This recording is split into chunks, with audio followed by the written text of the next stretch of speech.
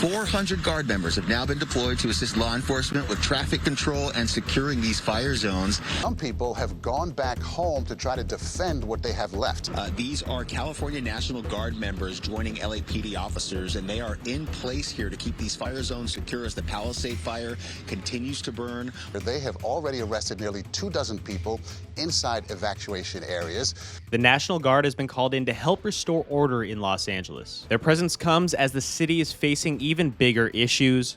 29 arrests have been made for individuals crossing the evacuation zones. As deputies encountered a man who was actually impersonating a firefighter. Look at this. They say that he was sitting on a curb, and Luna asked him if he was okay, only to discover that he was in handcuffs. Deputies say they caught him burglarizing a home. Several others have been arrested for violating curfew, and 2 people are in custody after attempting to set other fires. While people are trying to check in on their homes and loved ones only to be turned away. It's not just the concerned residents trying to return to their communities. In wake of the destruction, thieves have been taking advantage of the confusion, raiding neighborhoods that have already lost so much. And now with the National Guard on ground, the question is this enough to protect what's left of some of these communities?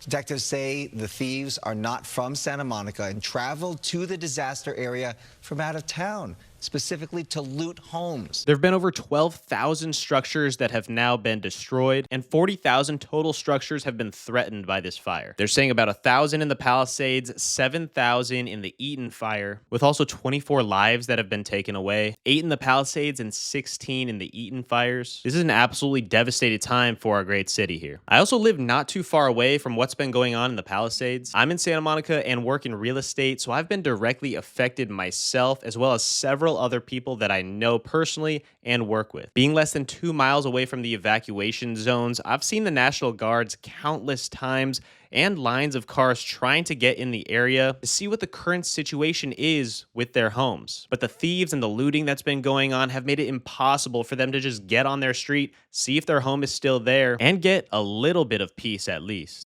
Even with an ID with your address on it, you are still not allowed through at this time. You can't even get back to grab medications or anything like that? No, so many people have come and asked if they can grab medication, but they won't allow people. They're telling everyone they'll call them an ambulance if it's urgent, but they just won't let people in for any reason. What's crazy is they're saying the most severe winds have yet to come, and with the fires being 14% contained in the Palisades, 33% contained in the Eaton fires, let's hope for less chaos in the coming weeks. So the National Guard is working alongside the police in efforts to protect the communities. Their primary focus includes securing the evacuation zones, preventing unauthorized access, and assisting with patrols in the neighborhoods where the looters are exploiting the chaos. With guard members taking over responsibilities like roadblocks, the police officers and law enforcement can focus more on addressing the active crimes and investigations that are going on. And there have been curfews being enforced from 6 a.m. to 6 p.m. If you are caught after 6 p.m. trying to get into these communities, you will be sent to jail. And the intimidating presence at the checkpoints definitely has been discouraging individuals from attempting to check out the communities and using this as a tourist sightseeing opportunity. Just seeing the National Guard around town is definitely an intimidating factor and very just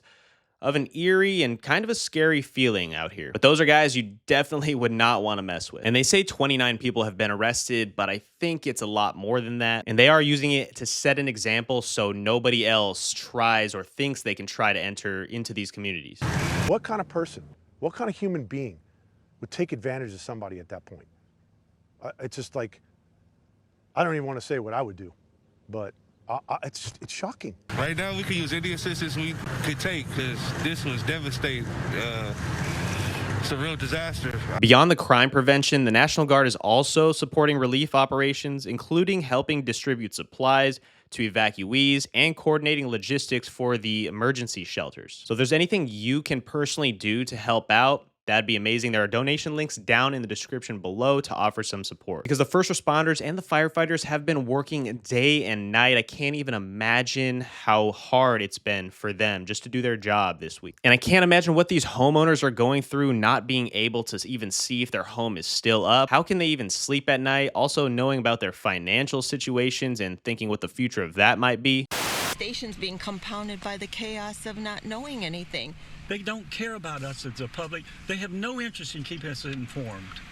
There's thousands and thousands of people who have been affected by this, who've lost their homes, and the government is showing no compassion for us. But let's talk about some of the insurance policies here. What's crazy about all the homes that have burned down is they still have to pay their mortgage on the property. Haven't they gone through enough devastation with their homes being completely taken away from them, the memories that they've made throughout the years? But since the loan is tied to the property, not the house itself, they still have to pay on that, as well as property taxes. Lenders may offer forbearance or loan modification to temporarily reduce or delay these payments, and those deferred payments are usually added to the end of the loan term, extending it. Kind of like how the LA Dodgers deferred Shohei Ohtani's $700 million contract. Am I right? Still won a championship. Maybe deferred payments work for Ohtani, but they're not as convenient for these homeowners. And the average person is 20 to 60% uninsured. So the California Fair Plan is an insurance program for property owners in high-risk areas like the Pacific Palisades who can't get traditional coverage due to these wildfire risks. It provides basic coverage but doesn't include theft or liability, so these homeowners need to purchase extra policies to fill in those gaps. Currently, there's $750 million in the Fair Plan Fund that will probably be able to cover 350 homes in the Pacific Palisades, which might sound like a lot, but mind you, that's only about a third of the homes that have completely burned. And the high cost of insuring these homes means the fund can only go so far. They also have only about a $3 million limit per home. So if your home is $20 million,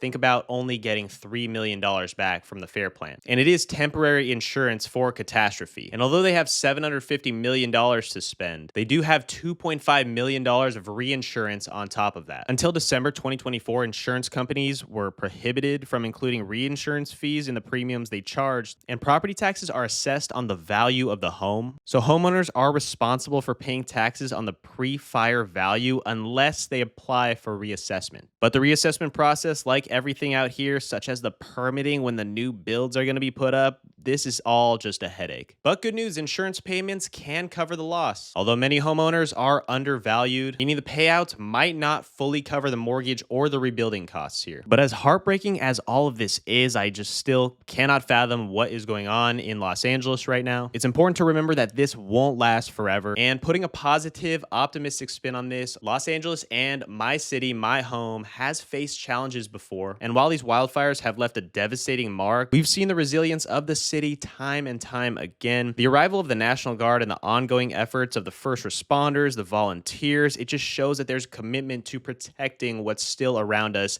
in this beautiful city. I've seen so much support from everyone. It really feels like the city is truly bonding and gathering together. The efforts at all of the shelters, volunteers offering supplies for everyone that's been evacuated and lost their homes. It's been truly incredible to see and really skyrockets the faith that you have in humanity when you see all these humanitarian efforts. For everyone affected, hearts go out to you, and I know the road will not be easy whatsoever, but there's lots of support out there from the reassessment programs to insurance claims and all these community resources. The recovery process will be a challenge, but I know we can rebuild this city back to what it once was. Not exactly, but there's a lot we can do to move forward, move past this, and that's all we can do. At this point, as much as we can blame the politics, the policies, everything that's gone on, all we can do is move forward and do what we can to make sure to prevent this in the future, offer support to one another as human beings, support those in need, and LA will get back to the land of opportunity that it once was. Stay safe, stay hopeful, and I'll see you on the next video.